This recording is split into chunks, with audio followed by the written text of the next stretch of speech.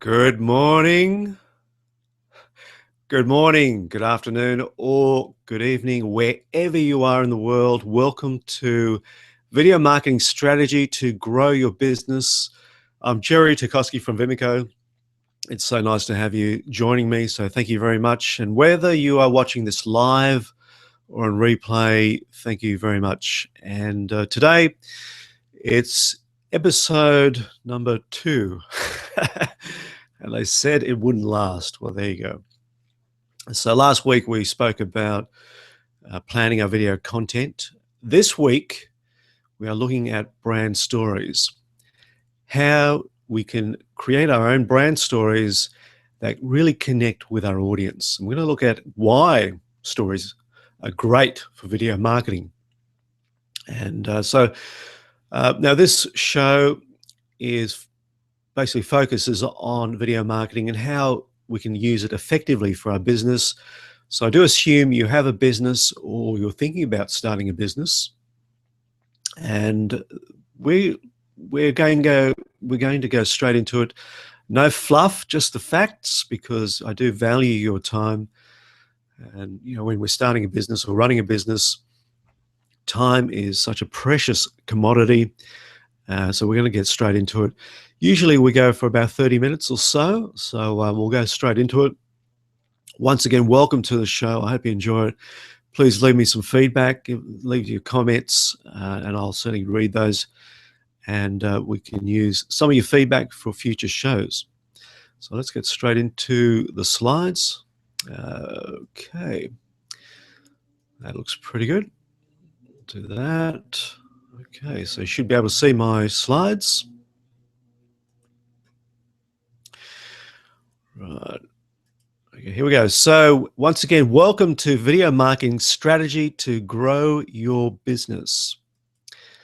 And as I said, episode number 2, brand story, connecting with your audience. So firstly, I want to start off with what is brand and why should we brand at all? Now, if we don't brand, then we're just like every other product out there. We're just a commodity. And the only way we can make a difference between ourselves is by price. So price becomes everything. And the lowest price will be the winner. So we certainly don't want to be in that position. So brands really help us to differentiate ourselves from other brands. And you can see there's water. I mean, okay, there's sparkling water, there's still water, but really water is water. And yet some brands can charge a premium price simply by the package, the color of the bottle, the size of the bottle, and the perception. So branding is so powerful that you will pay a lot more for one bottle of water than another, when basically they're the same thing. So what is brand? Well, brand is more than a logo or a tagline. See, brand is a perception a customer has about a product that makes them want to be more or less involved with that product. So forget about your feelings about what brand you have. It's the perception of the customer that counts. How does a customer view your brand? Now, good brands elicit thoughts, but great brands elicit feelings. And this is what we're interested in today's hangout. We're interested in how to create feelings for our brands. Now, firstly, I want to talk about the difference between being a generalist and a specialist. So if you stand for something, you will always find some people for you and some against you. If you stand for nothing, you'll find nobody against you and nobody for you. So defining a strong brand isn't to try and appeal to a larger number of customers, but fewer. And I talk to a lot of businesses and they find it very difficult to accept the fact that when you do brand yourself very strongly, that you are not going to appeal to everyone. They want everyone to be their customer, but it doesn't work that way. To be successful, to be able to charge premium prices, you must really target into your audience, your customers, and specialize. Now, specialists earn a lot more money than generalists. I mean, you look at your normal doctor, your GP, your general practitioner, and you look at your specialist, such as a heart surgeon or brain surgeon or whatever it is, they're highly specialized, and you will travel to the other side of the country to look for a specialist to look after you rather than a generalist. So we want to specialize. We want to have a business that says, this is our audience, these are our customers, and if you don't fit in, well, that's okay, but we're going to focus on our own customers. So really, you need to break the mold and become a specialist. Now, brands build communities. Now, what is a community? Well, a community is a group of people with a common set of values and beliefs. So people that believe what you believe develops trust. And you know yourself, if you talk to someone and you have the same beliefs, the same values in life, you trust that person. Now, our very survival depends upon surrounding ourselves with people we can trust. If we go back to the good old days, well before my time even, this is how communities survived. They worked together. You couldn't survive on your own. You had to live in a community, and you had to trust other people for you to survive. Now, people that subscribe to your channel or community believe in what you believe and trust you as a leader. So whether you have a YouTube channel, Facebook page, Google Plus, wherever you are online, when you have a community, everyone in that community has the same values and beliefs, and you are the leader of that group. Okay, so then why storytelling? Well, storytelling has been around for a long, long time, and we've been using visual storytelling for far longer than words. So essentially, let's look at a brain. Now, this is a scan image of my brain. Perhaps not, maybe it's just a drawing, but let's look at what neuroscience tells us about the brain.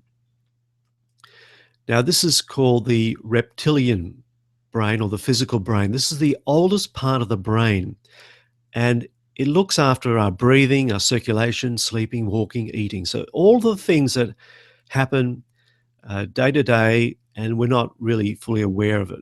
I mean, we don't think of, oh, I need to breathe now, or I need to get my blood circulating all over my body. These things happen automatically, and it's all controlled by this part of the brain, and it's called reptilian brain because it is very similar to the brains of reptiles. Would you believe it or not?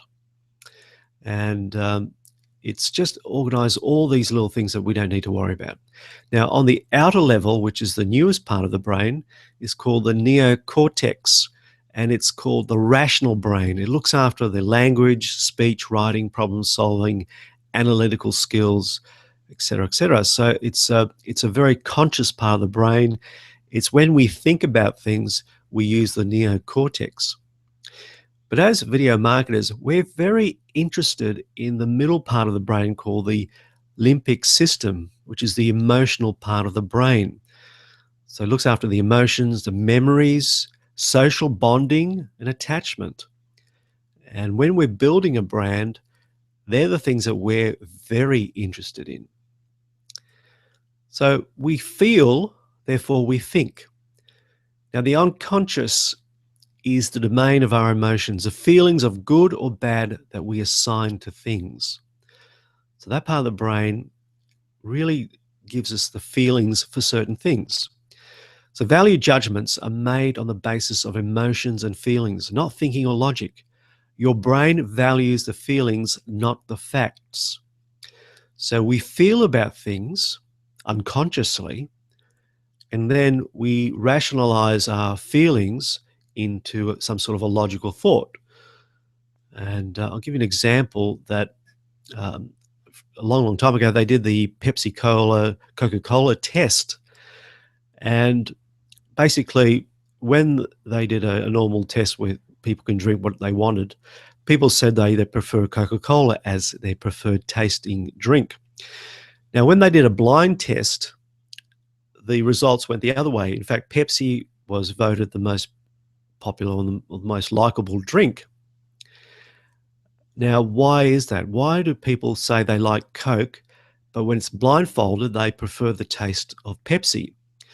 Well, the neurology tells us that people have associated feelings about Coca-Cola. It may be that when they were children, they're playing with their families on a summer holiday, they were drinking Coca-Cola, and it brings back memories of those good times. So Coca-Cola equals good times, good memories, good feelings. And they don't have those same sort of feelings or haven't established those same sort of feelings with Pepsi. So even though they prefer the taste of Pepsi, they will say they prefer the taste of Coca-Cola because it tastes better. But deep inside, it's because they have these feelings about it, Coca-Cola, which were made years ago, if that makes sense. So brands are like people. The value assigned to a brand is based largely on how the brand makes you feel. So you think about your favorite brands. How do they make you feel? Now, we're going to look at the delivery of your message. Now, the unconscious mind responds not only to what is said, but how the information is delivered. Now, you know what I'm talking about. When you meet someone, you're listening to what they say, they're saying all the right things, but you walk away thinking, I don't believe them. I don't trust them. There is something about them I don't trust. Even though they said all the right things, you have a feeling that things weren't right. And this is the unconscious part of the brain having a look at the whole package and saying, it doesn't add up. It doesn't gel. We don't believe this person. We don't have positive feelings about that person. So the best way to reach the unconscious part of the mind often involves embedding the message in a package that evokes emotion.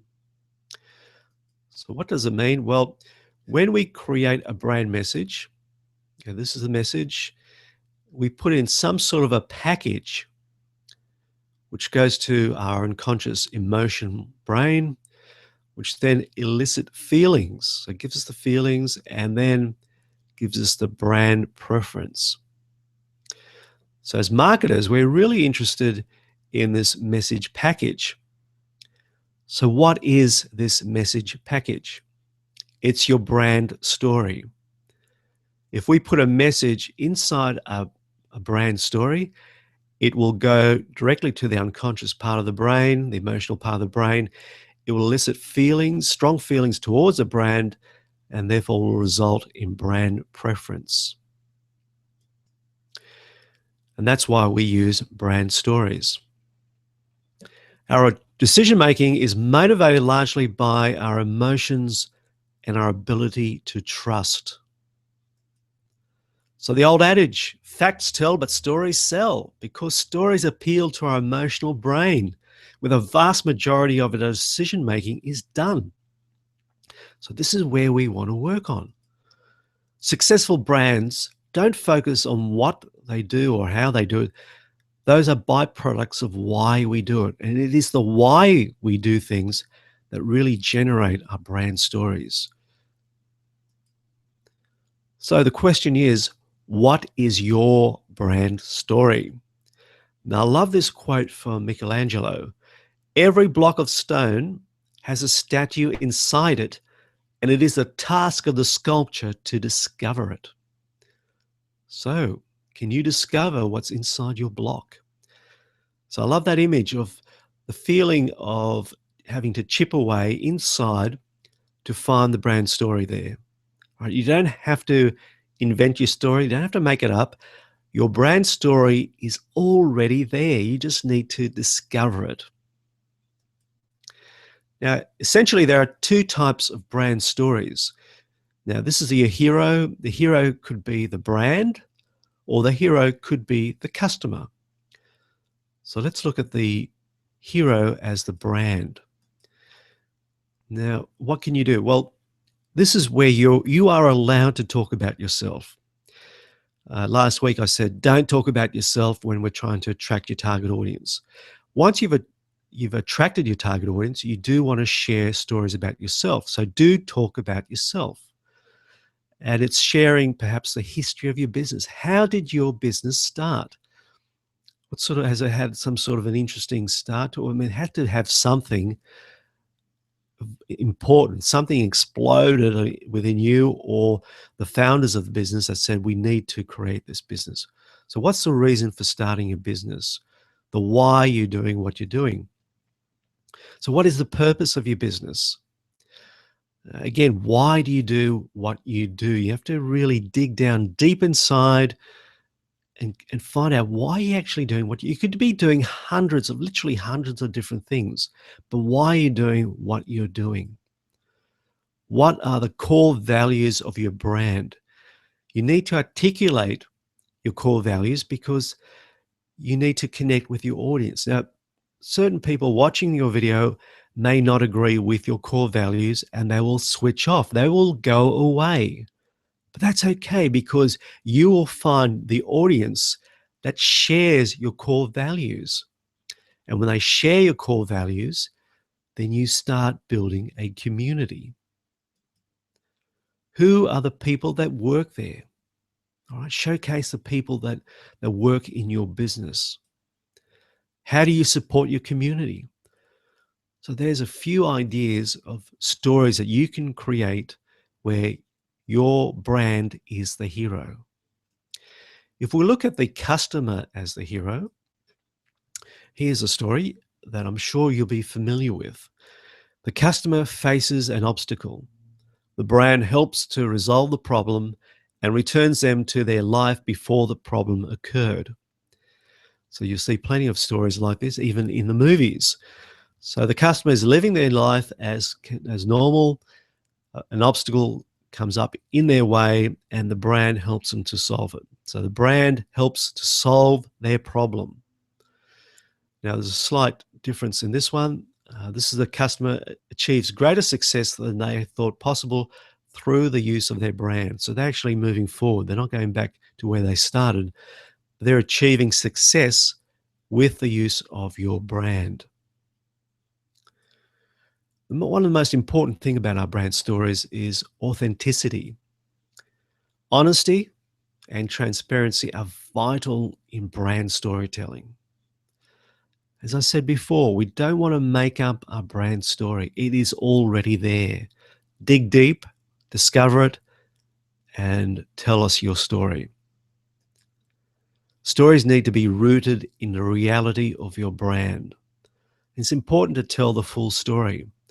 Don't try to hide the ugly bits because sometimes it's those ugly bits of your story that really inspire us to move forward. The fact that your brand had some problems, maybe there were some things that it did wrong, and it learned from those mistakes and has built up to be a successful business that it is today. That's a story that can inspire people. And it's based on honesty. It's based on reality. Consistency, persistence, and restraint, 3 key words for your brand story. You must be consistent with your story, persistent with your story, and restrain it. Don't make it bigger than what it needs to be. Just base it on reality because that connects to your audience. Now, confusion is the number one brand killer. If you have a number of variations of your brand story, then we don't know who you are. We lose focus. And yes, it will kill your brand.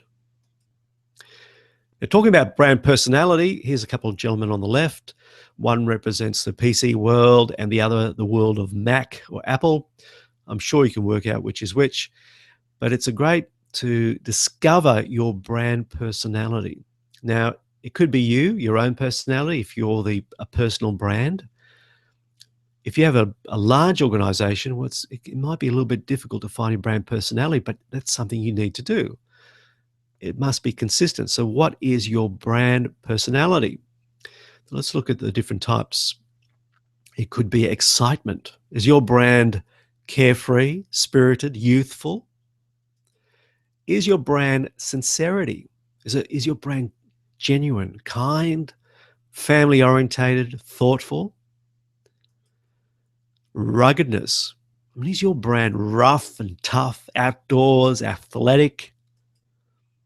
Competence. Is your brand successful, accomplished, influential? Is it a leader? Sophistication. Elegant, prestigious, pretentious? So there's some ideas of your brand. So really, if you haven't thought about it, have a think about it. What is your brand personality? Then everything relates to that personality. Your logo, the colors, the way you interact with your audience and your customers, everything follows your brand personality. It can be a difficult task for a large organization because you need to get everyone on board on your brand personality. You must speak in one voice. Now let's look at story structure. We've got our brand, we've got our brand story, we've got personality. And to structure story, well, stories follow a structure with a beginning, a middle, and an end, but not necessarily in that order. There have been movies where you're actually watching the end and then you go to the beginning and then the middle. There's other stories like a great movie called the 1 Million or the Million. I can't remember the name of the movie, but it actually runs the beginning, middle, end all the way through the movie. And it's absolutely fascinating going back and forth, and it all makes sense towards the end. So, yes, there is a beginning, a middle, and an end, but it doesn't have to be in that order. Now, in the beginning, you need to establish your story setting and the characters. Now, movies, when you watch a movie, they usually have around about maybe 10 minutes or so, 10, 15 minutes to really establish the characters and the stories and the setting. If you're doing a brand story that's only 1 minute long or even 30 seconds, then you've got literally 20 seconds or so to really establish what's happening. Because if you don't establish exactly what is going on, your audience could very well lose interest in your story and they will click away. So it can be intriguing, absolutely, it can be mysterious, but we need to have some sort of a hook where we know what's happening. We see mum and dad, we see the kids, we're having breakfast. Okay, we've got a fair idea of their situation. So really establish strong characters and show us what they're doing. Don't tell us about the characters, but show us what are they doing and let us work out what that is. Now, in the middle, you should set up your main character's problem and present conflicts that get in his or her way.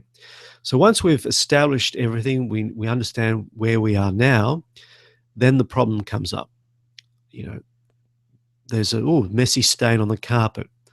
What am I going to do? Oops, I've got a party coming, party on tonight. I've got a lot of guests arriving any moment now. What do I do? There's a problem, and your brand solves their problem by cleaning their carpet.